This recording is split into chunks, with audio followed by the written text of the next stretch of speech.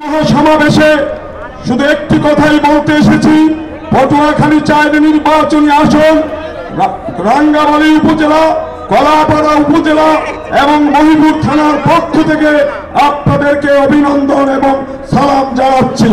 আজকের এই মহাসন্ধিক্ষণে, আজকের এই মহাসমাবেশ থেকে যে ডাক আসবে, আমরা সবাই বিশ্বাস হুজুরের নির্দেশে সেই ডাকে সাড়া দিয়ে আমরা সারা বাংলাদেশে আমাদের দাবি আদায়ের জন্য কাজ করে যাব। দল সবাই এক হয়ে আজকে যে নির্বাচন আসতেছে, এই নির্বাচনে আমাদের দলের তরফ থেকে এবং জোটের তরফ থেকে যাকেই নমিনেশন দেওয়া হোক না কেন, আমরা সবাই এক হয়ে আজকে বাংলাদেশে ইসলামী হুকুমত কায়েমের লক্ষ্যে আজকে আমরা হাত পাখায় ভোট দিয়ে বাংলাদেশের ইসলামী হুকুমত কায়েমের জন্য জান কুরবান করে দেব।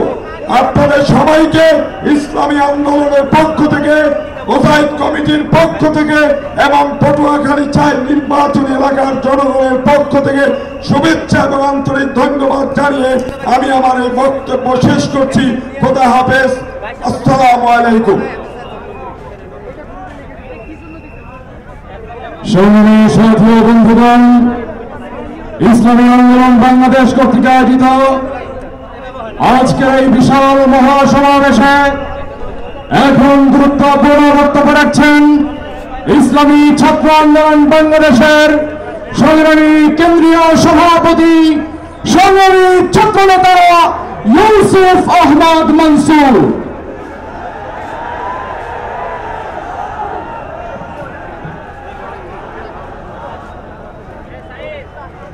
আসসালামু আলাইকুম ওয়া রাহমাতুল্লাহ। ইন্নাল হামদুলিল্লাহ ওয়াস সালাতু ওয়াস সালামু আলা রাসূলিল্লাহ, আম্মা বা'দ। আউযু বিল্লাহি মিনাশ শাইতানির রাজীম। বিসমিল্লাহির রহমানির রহিম। ইযা জা নাসরুল্লাহি ওয়াল ফাত।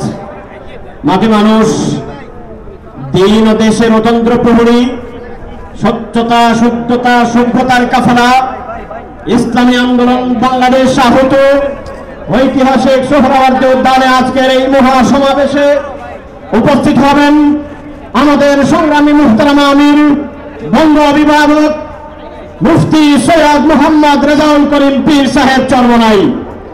প্রয়োজনীয় রাষ্ট্র সংস্কার,